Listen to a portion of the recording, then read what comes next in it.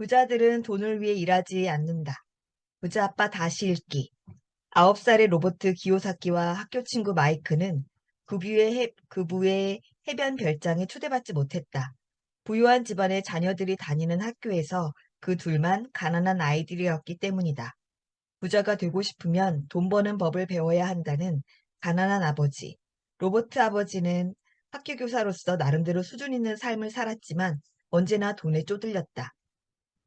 가난한 아버지의 말을 듣고 로버트와 마이크는 실제로 돈을 만드는 작업에 돌입했다. 그들은 먼저 동네를 돌아다니며 다 쓴 치약 튜브를 모았다.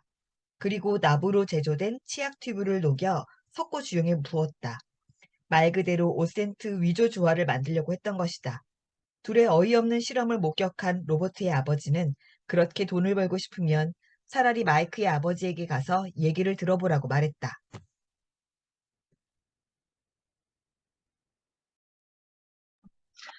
당시 마이카의 아버지는 중학교도 제대로 마치지 못했지만 다수의 성공적인 사업체들을 운영하고 있었다.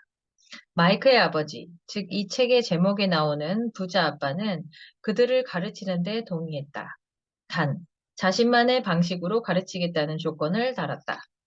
그는 아이들에게 매주 토요일 아침 자신이 운영하던 편의점 한 곳에 나와 진열대에 먼지를 털고 청소를 하라고 했다.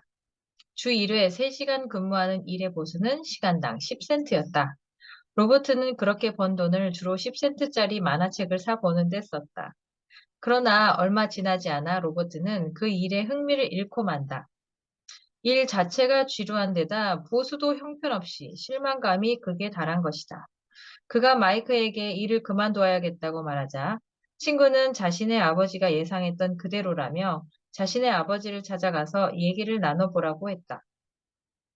로버트의 아버지는 교사로서 설교에 주로 의존했지만 말수가 적었던 마이크의 아버지는 그와는 아주 다른 방식으로 가르쳤다. 그것은 바로 실제적 체험을 통해 가르치는 방식이었다. 다음 주 토요일 아침 로버트는 마이크의 아버지를 찾아갔다. 하지만 어두운 거실에서 1시간을 기다려야 했다. 진저리가 나고 감정이 격해진 로버트는 마이크의 아버지를 보자마자 불만을 토해냈다. 아이라고 함부로 대하고 보수도 인색하게 주는 구두쇠라고 비난했다. 돈 버는 법을 가르쳐 준다고 약속해 놓고 아무것도 가르쳐 주지 않는다는 것이었다. 마이크의 아버지는 로버트의 생각이 틀렸음을 차분하게 설명했다. 부자 아버지는 먼저 삶은 말로 사람을 가르치는 것이 아니라 제멋대로 내두르면서 가르친다고 말했다. 어떤 사람들은 삶이 자신을 내두르게 두고 또 어떤 사람들은 화를 내며 보스에게 대들거나 가까운 사람들을 힐난하지만 어떤 사람들은 거기서 교훈을 얻고 삶의 새로운 행태를 환영하기도 한다는 것이다. 삶이 그렇게 나올 땐 무언가 배울 필요가 있음을 의미한다는 것이 부자 아버지의 가르침이었다. 교훈을 배우지 못한 사람은 다른 모든 사람을 비난하거나 그저 획기적인 돌파구가 생기기만을 헛되이 기다리며 삶을 허송한다. 아니면 평생 리스크를 피하며 안전한 삶만 쫓다가 별 볼 일 없는 삶을 살게 된다. 부자 아버지는 로버트와 마이크가 자신에게 돈 버는 법을 가르쳐 달라고 요청한 첫 번째 사람들이라고 말했다. 직원이 150명이 넘는데 하나같이 일자리는 요청할지언정 로버트와 마이크가 원하는 것과 같은 지식을 얻고자 하는 사람은 한 명도 없었다는 것이다. 그래서 삶을 반영하는 학습 과정을 만들어 두 아이에게 조금 체험시켜 보기로 마음먹은 것이었다. 그런데 로버트는 그가 직원들을 착취하는 구두쇠라는 사실 말고 자신이 알게 된 게 무엇인지 되물었다. 부자 아버지는 그런 그에게 대부분의 사람들은 자신의 태도가 문제인 상황에서 다른 사람을 비난하는 행태를 보인다고 타일렀다. 그렇다면 그러한 문제의 해결 방법은 무엇인가? 마이크의 아버지는 로버트에게 머리를 써야 한다고 말했다. 돈의 작용 방식을 배워서 돈이 자신을 위해 일하도록 만들어야 한다는 것이다. 또한 부자 아버지는 로버트가 화를 내서 기쁘다고 덧붙였다. 진정한 배움에는 활력과 열정, 불타는 욕망이 필요한데 그 방정식에서 큰 부분을 차지하는 것이 바로 분노이기 때문이다. 돈은 사람들의 문제를 해결해주지 못한다. 고소득 일자리를 가진 많은 사람들도 여전히 로버트의 가난한 아버지처럼 금전 문제에 시달리지 않는가? 돈이 자신을 위해 일하도록 만드는 법을 모르기 때문이다. 부자 아버지는 로버트가 만약 지금 이 교훈을 배우지 못하면 시간당 10센트를 받고 일하며 느낀 그 감정, 즉 실망과 좌절을 평생 느끼며 살게 될 거라고 말했다. 그는 로버트에게 세금의 개념을 소개하며 가난한 사람들과 중산층은 정부의 세금 부과에 늘 휘둘리지만 부자들은 그렇지 않다고 말했다. 설명했다. 부자 아버지는 로버트에게 여전히 배우고 싶은 열정이 있는지 물었다. 로버트가 그렇다고 답하자 그는 이제부터는 가게에서 일해도 돈을 주지 않겠다고 말했다. 그러면서 로버트에게 머리를 잘 써보라고 덧붙였다. 로버트와 마이크는 이후 3주 동안 무급으로 일했다. 마이크의 아버지가 찾아와 그들을 밖으로 데리고 나와서는 무언가 배운 게 있는지 물었다. 둘은 잘 모르겠다고 답했다. 부자 아버지는 만약 그들이 교훈을 얻지 못하면 적은 돈을 벌기 위해 평생 열심히 일하는 대부분의 사람들과 똑같은 입장이 될 거라고 말했다. 그런 후 그는 아이들에게 시간당 25센트를 제안했다. 아이들이 거부하자 시간당 1달러로, 다시 2달러로 올렸다. 그러나 로버트는 침묵을 지켰다. 마지막으로 시간당 5달러라는 당시로서는 어른들도 받기 힘든 임금을 주겠다는 제안이 로버트를 갈등에 빠뜨렸다. 하지만 그는 끝내 그 유혹을 이겨냈다. 부자 아버지는 아이들이 그런 임금 제안에 흔들리지 않은 점을 칭찬했다. 그러면서 대부분의 사람들이 그런 제안을 받아들이는 이유가 두려움과 욕심에 휘둘리기 때문이라고 설명했다. 사람들은 돈이 떨어질까봐 두려워 남의 밑에서 열심히 일한다.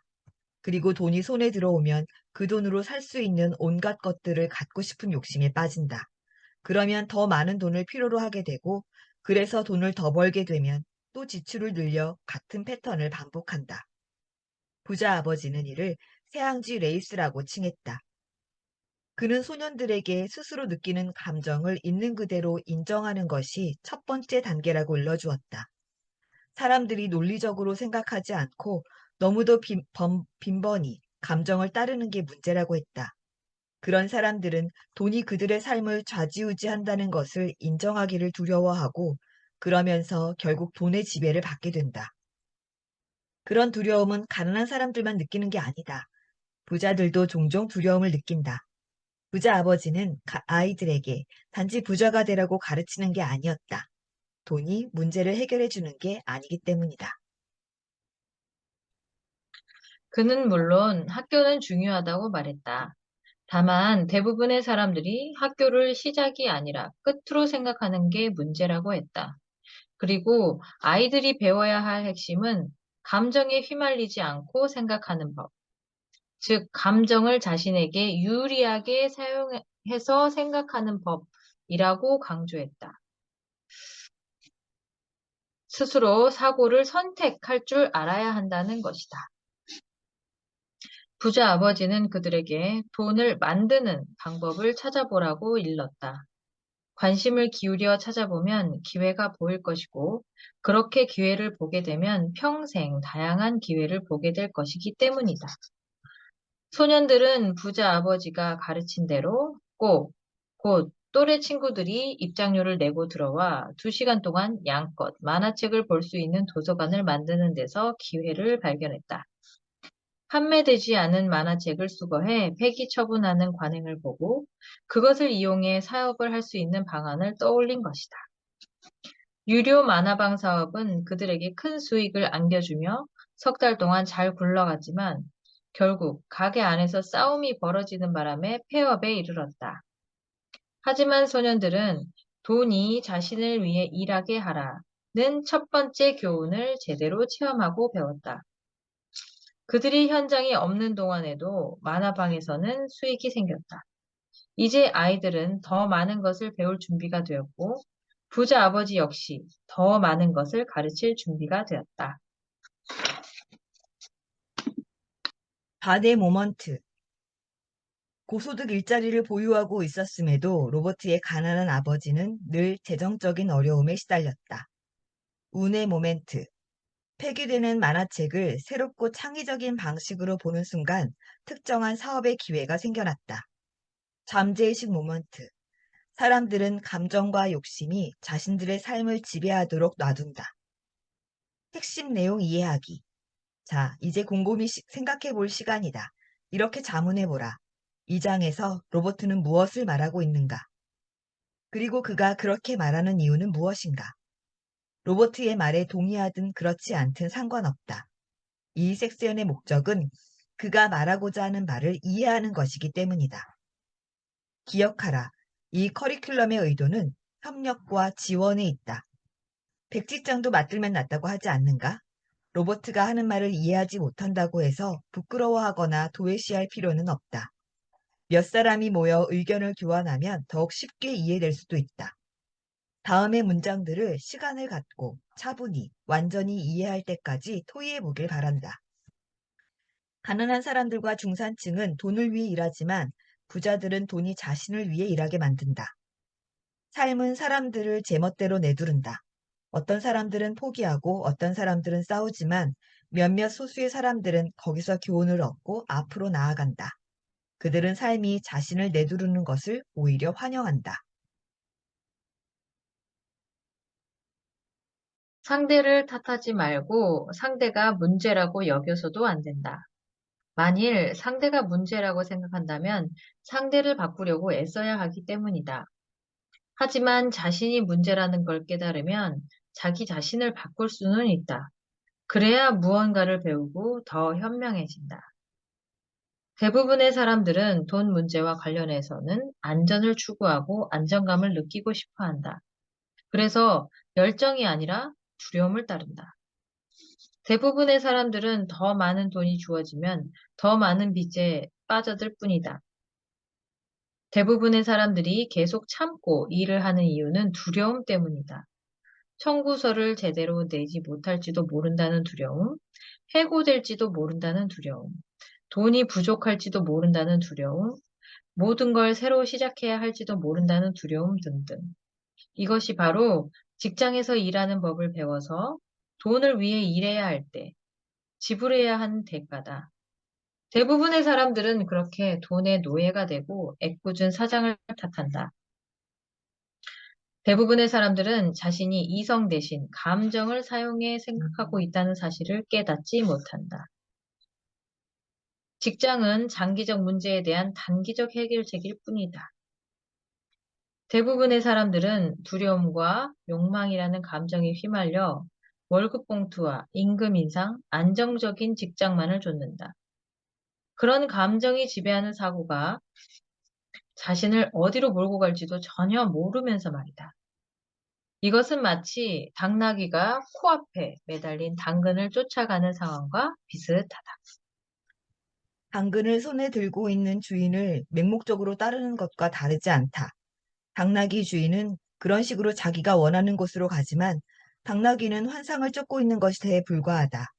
다음 날에도 그 다음 날에도 당나귀는 새 당근만 받으면 끝이니까. 실천을 위한 질문과 토론. 자, 이제 이 장에서 이해한 바를 당신의 삶에 적용할 시간이다. 아래의 질문을 자신에게 던져보거나 스터디 그룹에서 토의해 보길 바란다. 솔직하게 답하는 것이 중요하다는 점을 잊지 마라. 자신의 답변 일부가 마음에 들지 않는 경우 스스로 기꺼이 변화할 의향이 있는지, 자신의 생각과 사고방식을 바꾸는 도전을 받아들일 의향이 있는지 자문해보라. 1. 돈에 대해 가난한 아버지와 같은 접근 방식을 취하는 경우가 얼마나 자주 있는가? 2. 부자 아버지는 진정한 배움에는 활력과 열정, 그리고 불타는 욕망이 필요하다고 말했다. 당신의 삶에서 실제로 그와 같은 일이 발생한 적이 있는가? 그렇다면 거기서 얻은 잊지 못할 한 가지 교훈은 무엇이며 그 이유는 무엇인가? 만약 3. 만약 로버트처럼 시간당 최저임금도 받지 못한다면 이어서 무급으로 일하게 된다면 당신은 단계별로 어떤 반응을 보일 것 같은가? 4. 대부분의 사람들을 일하게 만드는 요인이 두려움이라는 말에 동의하는가? 만약 당신을 일하게 만드는 다른 요인이 있다면 적어보라. 5. 돈을 더 많이 벌게 되면 두려움이 감소한다고 생각하는가? 사람들이 그렇게 생각하는 이유가 무엇이라고 생각하는가? 6. 살면서 감정에 따라 반응한 대표적인 경우를 떠올려 보라. 결과가 어땠는가? 감정을 제어하고 이성을 선택해 좋은 결과를 얻은 경우는 또 언제였는가? 7. 부자와 가난한 자 중 어느 쪽이 두려움과 욕심이라는 감정에 더욱 민감하게 반응한다고 생각하는가? 그렇게 생각하는 이유는 무엇인가? 8. 대부분의 사람들이 자신이 새양쥐 레이스에 갇혀 있다는 사실을 깨닫는다고 생각하는가? 그렇게 생각하는 이유는 무엇인가?